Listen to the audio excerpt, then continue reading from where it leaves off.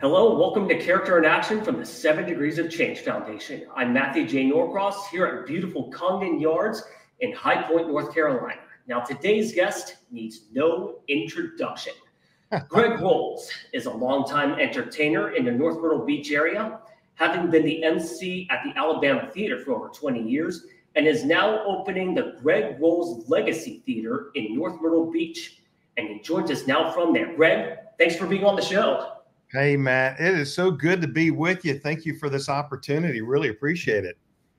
Thank you very much. Yeah, you're welcome. And yes, we just opened the theater. April 1st was our grand opening. So we're just babies. I mean, we're in our infancy stage, as they would say.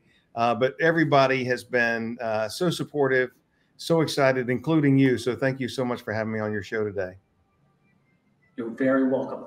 Now, you're here today because you're a living example of character in action. Now, before we get started, can you please tell us more about yourself? Yeah, Matt, I'd be happy to do that. I grew up with a background in entertainment. I grew up on stage literally with my mom, my dad, my brother, my aunt, my cousin. We had a family band back in Fredericksburg, Virginia called the Nashville Connection. And I started playing. I was falling asleep on dance hall tables when I was 4 years old. And we formed a family band and played my first professional gig at the age of 13, with, again, alongside with my family. So I've been doing this for quite a while, and still pinching myself that I still have an opportunity to do it.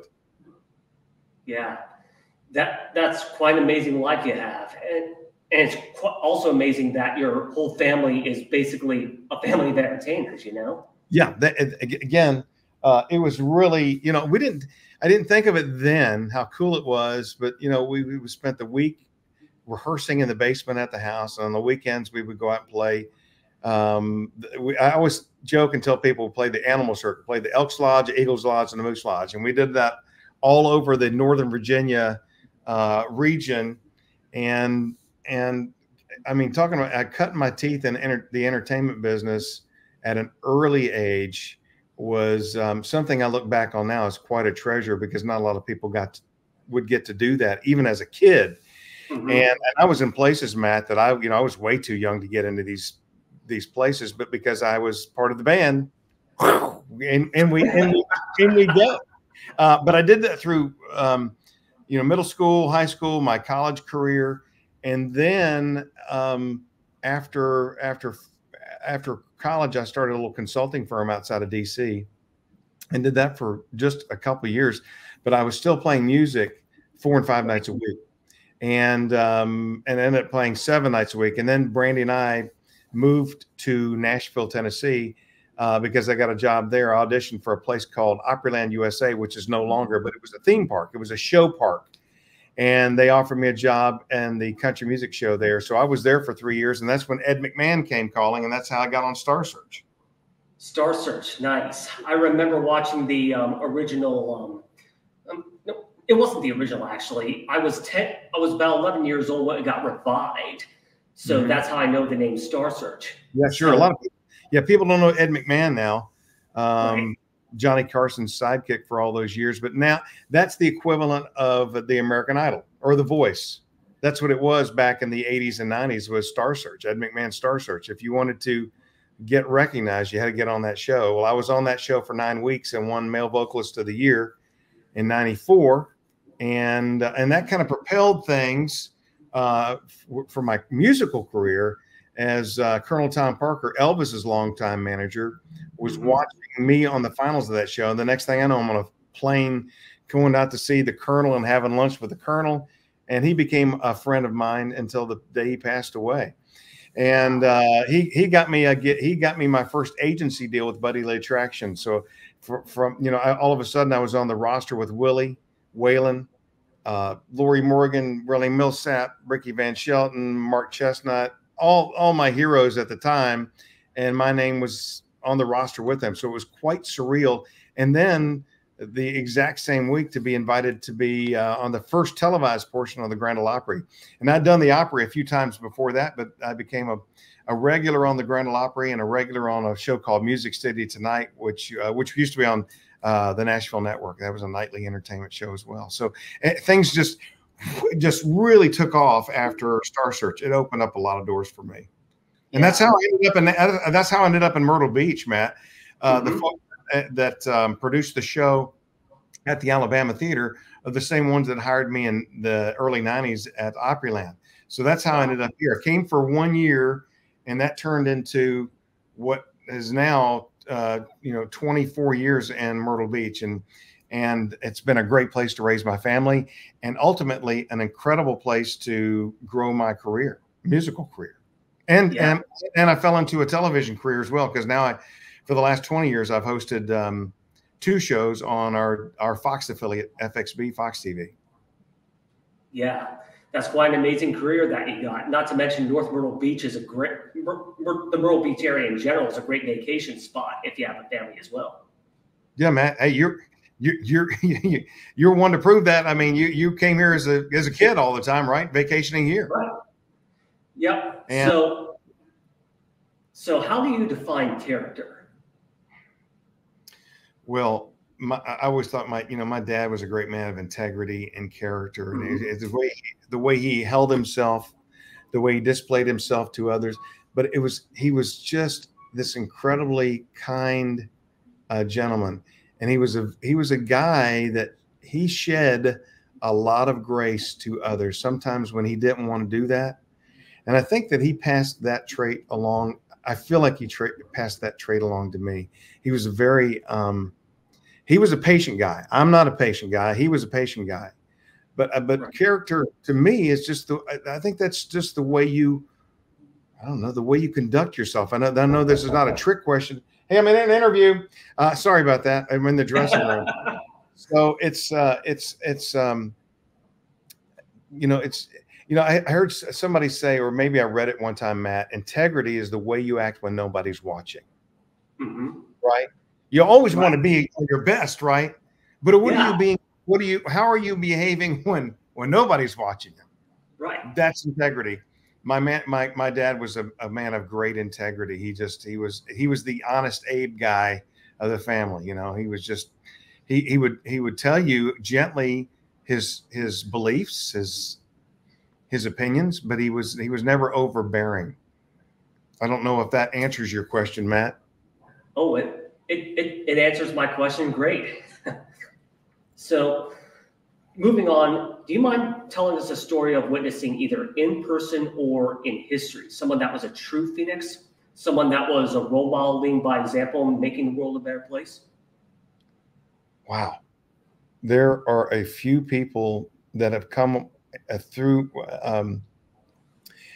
in my life since I've become a Christian. I was saved back 20 years ago, and there was a gentleman by the name of Ernie Basinger, and Ernie and I used to have coffee together. He was an older gentleman. He's passed on. He's in heaven now, but he was one of my closest friends, and there was a 30-year age difference between the two of us. But he was one that I just watched and admired so much, the way he taught others, the way he treated others, but also giving back in our community. He was here in North Myrtle Beach, but every time I turned around, he was not only a member of the Gideons, the guys that give out the Bibles, the little small Bibles. He got me involved in the Gideons, but he was always doing something for someone else. And he didn't want any accolades. He didn't want any shout outs. He wasn't doing it for awards. He didn't do it for attention. But to me, talking about a Phoenix, I mean, talking about somebody that's going to change, that can change your life by just, we tend to emulate those that we admire the most. And he was just one of those guys in my life that I just truly admire. Of course, I admired my dad. He was my hero. And my grandfather and my mom, they were my best friends. And the other one is my wife, Brandy. She is, she is the brightest light that I know walking the face of this earth. Not only is she an incredible mom, my partner, because we've been married for 31 years, but this lady is the shining example of servant. She has what they call a servant's heart. She likes to serve others. She lives to serve others. She's always had a how can I help attitude. What can I do for you? Not turning the light on herself. What I would call her is a reflector. So the light shines. That's what reflectors do. They don't absorb light. They reflect the light. The light shines on them, but they reflect the light to others. And, you know, between Ernie and Brandy, I can't think of two others in my life that have been that important to me. Yeah. Those are very inspiring people in your life. That's for sure. Mm-hmm. So the third question I'd like to ask you is, I'd like you to share a moment that stands out in your mind. What's something big or even the slightest gesture that was a transformative Phoenix moment for you? One where you knew you had a significant impact on someone's life? Wow. I mean, you know, there have been times that Brandy and I were too poor to pay attention. You've ever heard that? You know, when you're just kind of scraping by, and there were people that would come by in our life, including our parents, you know, they would see us struggling, and they don't want to, you know, parents don't want to see their kids struggle. You do everything you can to help them out, right, not only with your resources, your advice, shelter, and those kind of things. But I would say that, I mean, again, of course, I go back to Brandy, but Brandy's family, my father-in-law, Brad, who I drove across the country to ask for Brandy's hand in marriage. Even though we don't talk all the time, he's been a constant in my life, somebody that I just admire greatly. Brandy's grandfather, who's in heaven now, Chris Montoya, who was the patriarch of their family, was another one I would lean on for advice. And kind of like the old E.F. Hutton commercials, you lean into when they speak, because you know they're going to say something poignant and directed that has a lot of weight to it. But if there's one, if there was one defining moment, Brandy's other grandfather, Grandpa Cooper, again, who's in heaven, we were broke in Nashville. First Virginia Bank came to Nashville, knocking on my door because I had to make a payment on my Blazer in 7 months. They kind of get angry about those kind of things, so they came to repossess my Blazer, and I'll never forget this.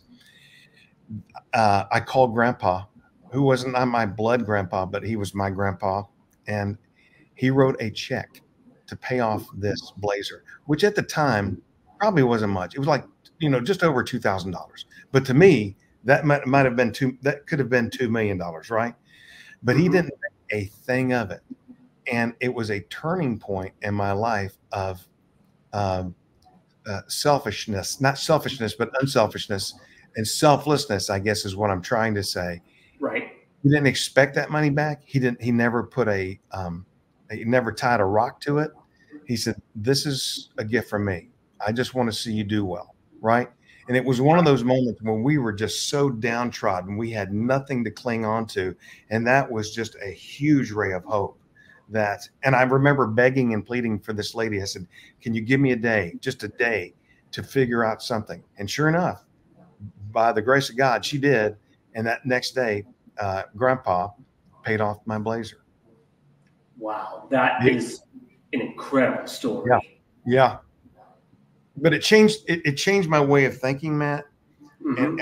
And I thought, you know, how am I going to pay this forward? And I was so young then, you know, we were in our mid-20s chasing our tails. But I think about those moments now, not only with my kids, but I'm going to see other people struggling. How can I help them? If it's not monetarily, right? Mm-hmm. What can I do to help them? What can I do to serve them? What can I do to lift them up? Yeah, that's 100% true.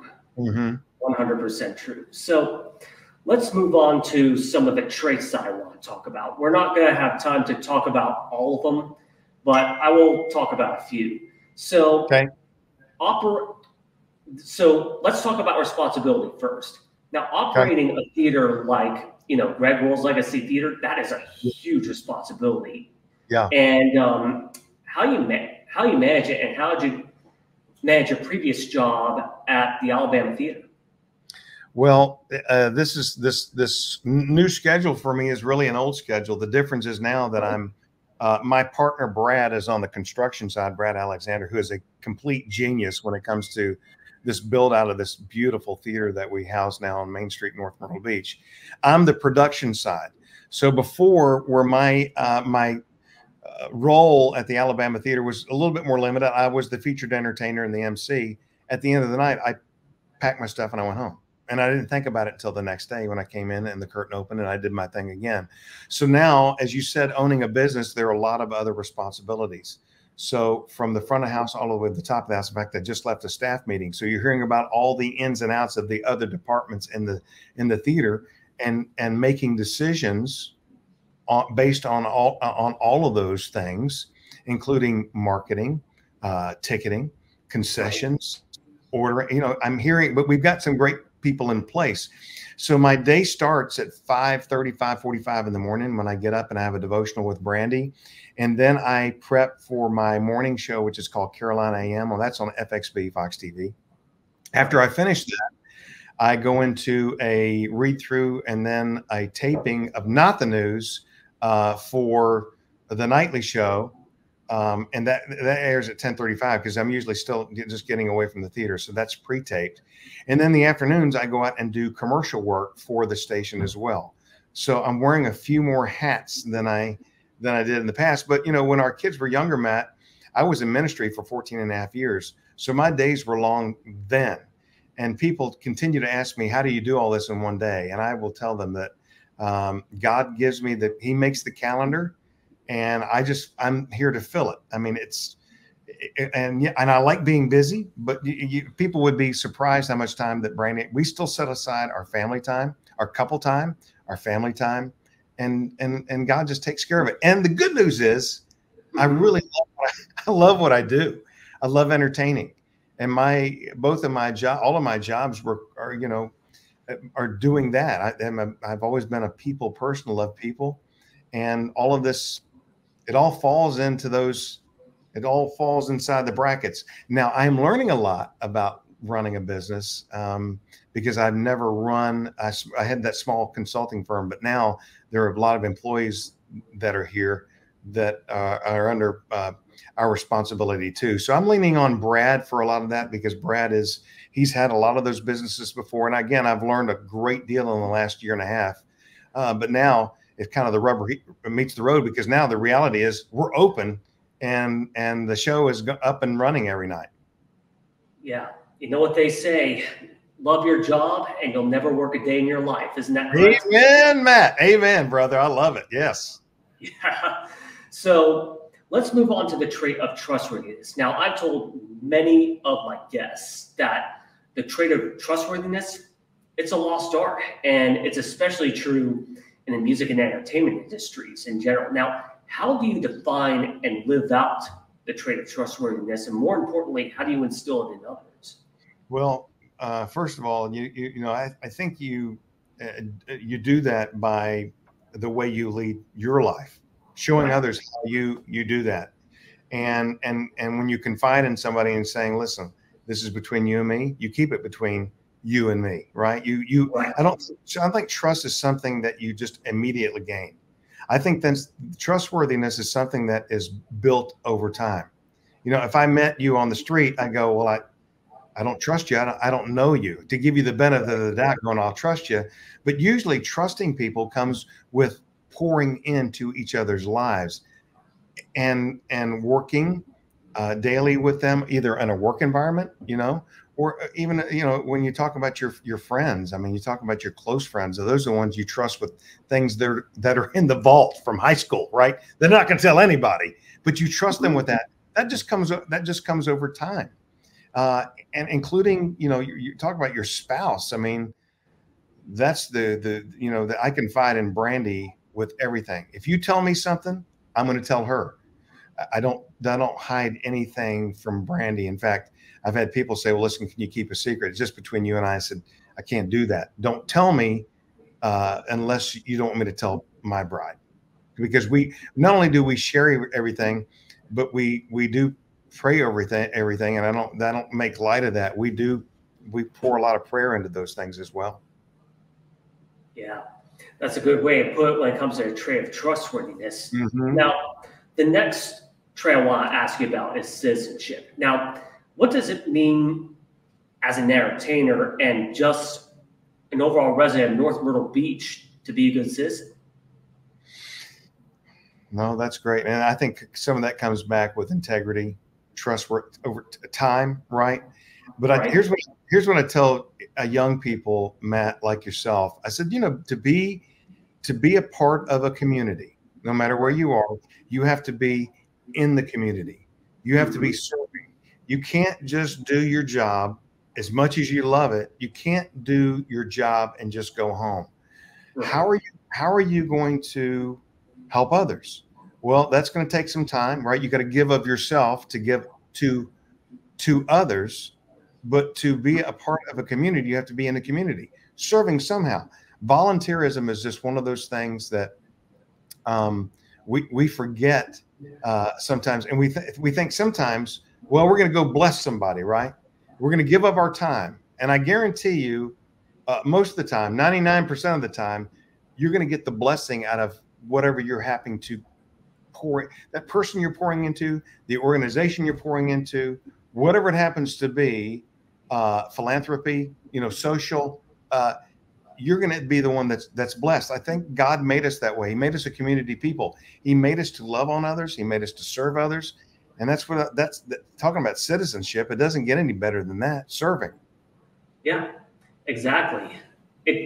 Everything you laid out about the trait of citizenship, I agree with you 100% on it. I really do. So let's move on to the trait of empathy. Now, how do you believe people across the Carolinas and the country overall should demonstrate empathy? And how do you demonstrate it in your profession? Well, that's also caring for others, putting others before yourself, and truly remembering that life is, God told us there are going to be mountaintops and there are going to be valleys. In fact, I'm trying to remember the scripture. Is it Matthew 3:20? Even in the valley of the shadow of death, God will walk with us. He's promised to walk with us even when we are in the low points of our life. And when you think there's nobody there with you, sometimes it's the most loneliest thing in your life. You're thinking, I'm the only guy on the island, right? The only guy on the ship.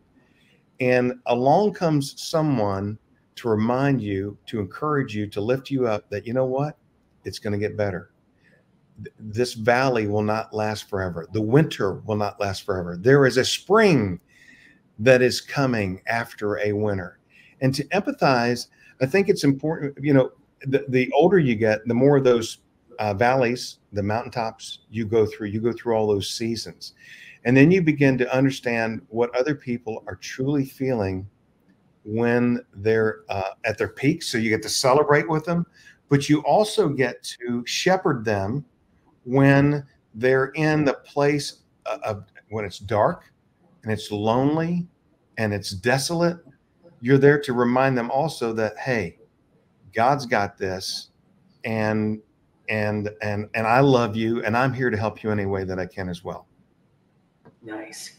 Now, before we close, please share with us some thoughts on how we can bring character back into our culture. Oh my gosh, Matt, that is, that's a hard question. I'm a prayer guy. There is a lot of power in prayer. People always, I hear people sometimes say, well, the country's going to HE double toothpicks and a, handbasket. Yeah. Well, right. We're human nature. We sin all the time. God gives us free will, and we're just human nature. So we're going to stumble and fall. That we are a world, we're a world full of wanderers. We wander away from our Creator. The great news is we're all prodigal sons. The story in the Bible with the young man that had a brother, and he went off, came back finally, and his dad celebrated when he came home. And his other brother didn't understand that because he was the good boy that was there all the time. And his other brother strayed and sinned the whole 9 yards. And his dad couldn't wait for him to come home. And as soon as he came home, he welcomed us home. Well, but God does the same thing with us. We wander all the time. We wander away from him all the time. And so the character of this world, you know, it starts, I know it's a powerful thing, but it starts with one person. It starts with you. Then it starts with your family. And it starts with what you talked about before, getting into the community citizenship. You can change lives by not by what we do, but I truly believe by the Holy Spirit. We can't do any of that, but we can pray about it, let the Holy Spirit take care of those things, and pray for a whirlwind of God taking over lives. You know, in all these wars and things that are going on. Right. Israel. It is, gosh, you know, talking about Palestine and Israel. Mm-hmm. I mean, go back and start reading through the Old Testament, and there have been holy wars going on forever. And Right. that's because God has given us free will, and there's still evil in the world. And I have a feeling that's always going to be the same way. When I go back and read those stories, I'm thinking, well, my goodness, this stuff is going on today. Right. And conflict and politics. And if everybody would truly, it's the simple rule of loving others, putting others before you put yourself, man, oh man, the world would be a much better place. Now, listen, I'm guilty too, because I'm guilty of judging. I'm guilty of not putting others before myself at times because I'm selfish. We're all created that way, but you have to continue to strive and keep that forefront and try to keep that mindset. Okay, God, I screwed it up today. How can I be a better servant tomorrow? And pray that he can help you. You know, we're not going to be completely defined until we meet him in heaven. That's my belief. And it's a very good belief too. And I think everybody would benefit if everyone followed your advice, you know. Greg Rowles, I commend you for what you're doing, Matt. Thank you for sharing these stories one person at a time, because these mean a lot for people to hear people's stories. We're all story-driven people. We have stories to tell. God writes on our heart every day, and we need to talk about these stories, and you're giving us a platform to do that. So God bless you, my friend. All right. Thanks, Greg. You're welcome, buddy. All right. Come see us in North Myrtle Beach at the Greg Rowles Legacy Theater.